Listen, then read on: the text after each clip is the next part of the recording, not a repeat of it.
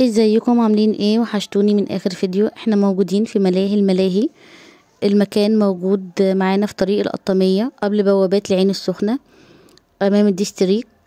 هقول لكم على كل التفاصيل واقول لكم ايه اللي كان موجود معانا من الالعاب. موجود الديسكفري والجالون وبيت الرعب والسلسلة وقطر الموت.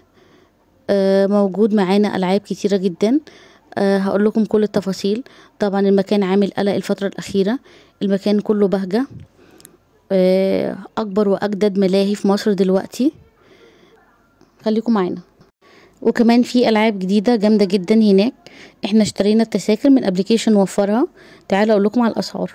طبعا في كوبون أيام نص الأسبوع ده من الحد للأربع ب275 بدل 425.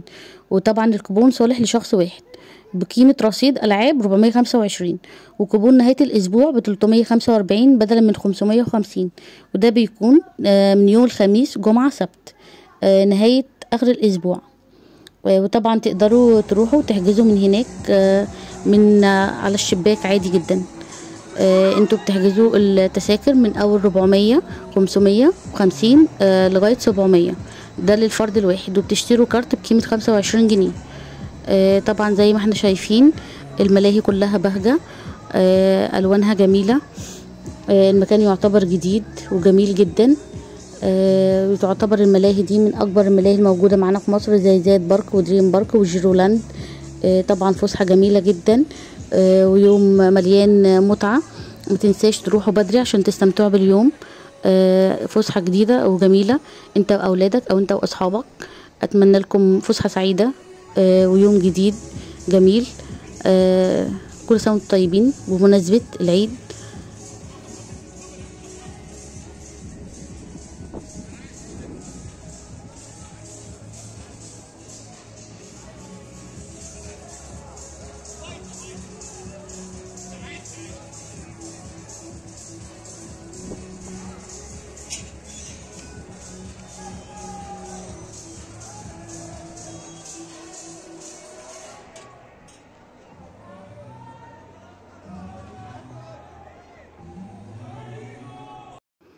وده شكل شباك التذاكر حبيت اصوره لكم.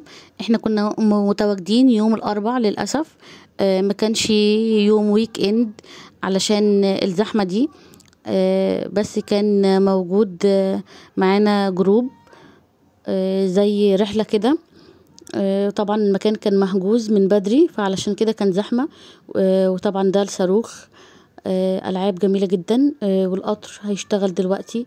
ألعاب جديدة مش متهالكة. يوم جديد يوم ممتع. فسحة سعيدة اللي بتحبوا المغامرات والأكشن. هتلاقوا هناك حاجات كتيرة جدا تبسطكم. زي الاسكيت فيديو الجيم. هتلاقوا حاجات جديدة. هتلاقوا حاجات جميلة في مطاعم على فكرة. ممنوع دخول المأكولات والمشروبات. دي معلومة حبيت أقولها لكم.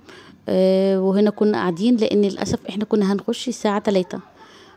فحاليا كان الساعة 1:30 الظهر.